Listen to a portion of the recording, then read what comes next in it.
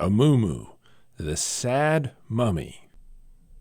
Amidst the desert sands of the long-ruined Shuriman Empire, you can find Amumu, wandering about looking for someone he could call friend. He suffers from a unique condition, a curse that forever stops him from being anything but alone. If he manages to touch anyone, they tend to wither and die, just like that. One can identify Amumu by him being pint-size, looks as though he isn't quite alive, and being covered in bandages looking an awful lot the same color as lichen. Quite the number of stories wrapped around this little mummy. Loads of different tales, all changing a bit from generation to generation, and that's what makes such a good story. A pinch of reality and a dash of myth blended together.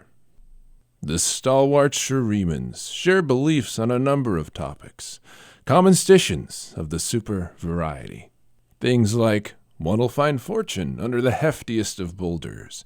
It doesn't bode well to have a full tummy on a new moon.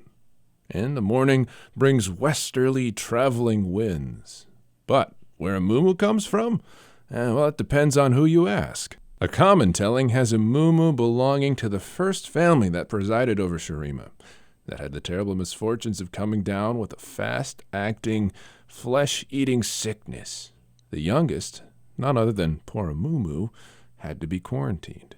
A servant girl heard him crying in that isolation and opted to befriend him. She'd tell him all about the goings and comings of royal business, as well as stories about her grandma's feats of magic. On a particularly solemn morning, this servant girl brought Amumu the news that his last brother didn't make it through the night, meaning the throne of Emperor of Shurima belonged to him. That poor girl had too big a heart to let Amumu take this news alone, so into the chamber she went, consoling him. Stricken by grief, Amumu embraced her, in that instant realizing that he'd sealed her fate. That same sickness that tore through his family was passed onto her. When that girl succumbed to that horrible disease, her grandmother hexed the newly crowned emperor. To her, Amumu was solely responsible for her granddaughter's demise. From then on, Amumu was cursed to that eternal loneliness, doomed to suffer for what deed he'd done. Another story spins a yarn of Amumu in a different light, portraying him as a self-absorbed, spiteful, downright vain emperor. He was given the seat as a youngin', and too was of the belief he was sun-blessed, demanding to be treated as a god in the eyes of his people. Amumu pursued the mythical eye of Angor, said to be stashed deep in a gold-lined crypt. Supposedly, if one looked at the eye with an absolute, resolute spirit, well then, they'd receive life everlasting.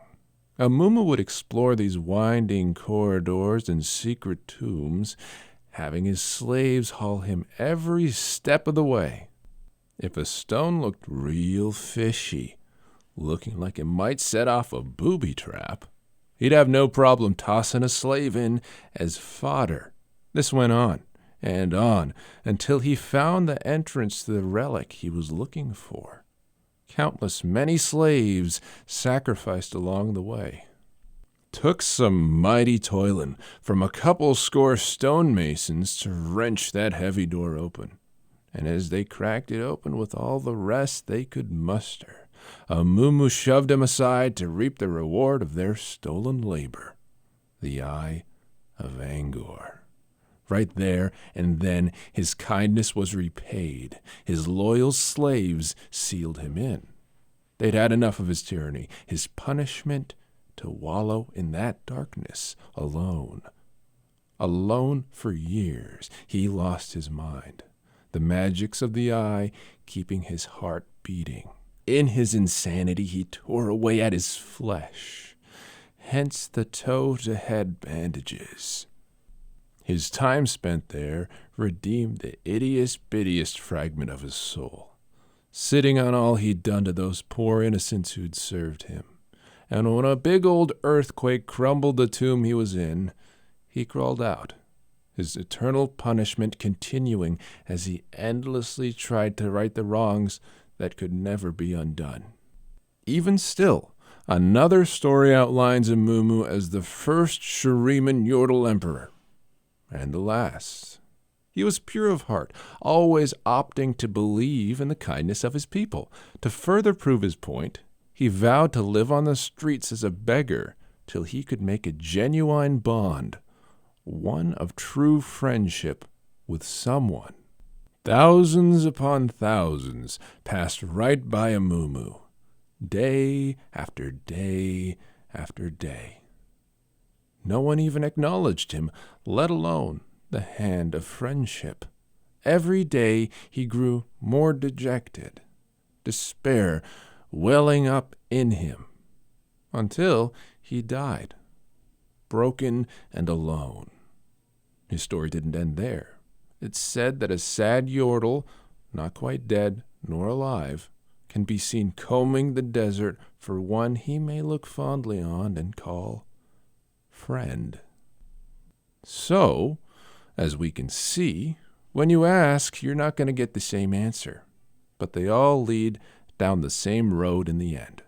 Whatever or whoever Amumu was, he's now destined to be alone forever, on a listless hunt for a friend he'll never find.